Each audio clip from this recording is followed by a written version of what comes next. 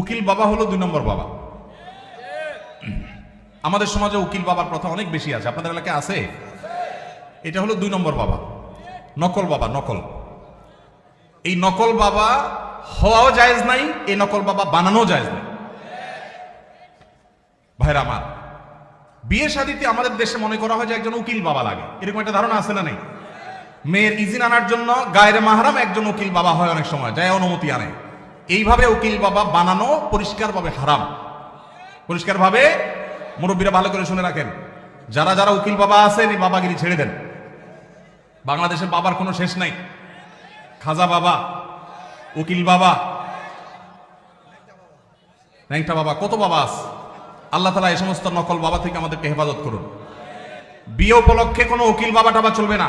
নিজের বাবা বেঁচে থাকলে সেই বাবা তিনি নিজে নিজের সন্তানের বিয়ে দিবেন, ব্যাস। মেয়ের অনুমতি বাবা আনতে যাবেন।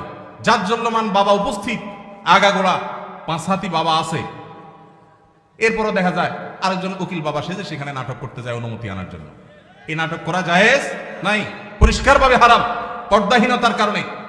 বিশেষ করে গায়রে মাহরাম কেউ যখন উকিল বাবা সাজে, ওই মেয়ে সারা জীবন তারে বাপ বাপ ডাকে, খানা খাওয়ায়। এটা আমাদের সামাজিক মানে একটা কুসংস্কার বলতে পারেন, এর সাথে ইসলামের কোনো সম্পর্ক। যুবকরা বিয়েতে কোনো উকিল বাবা যেন না থাকে। মুরব্বীরা যারা যারা যার যার বিয়ের উকিল বাবা আছেন, আল্লাহর হস্তে বাবাগিরি ছেড়ে তওবা করে আল্লাহর কাছে চলে আসেন, চেষ্টা করবেন তো ইনশাআল্লাহ। এই উকিল বাবার নাম দিয়া পর্দাহীনতা 2 নম্বরই 1000টা জিনিস হয়। নিজের বাবারই খবর নাই, কিসের আবার উকিল বাবা।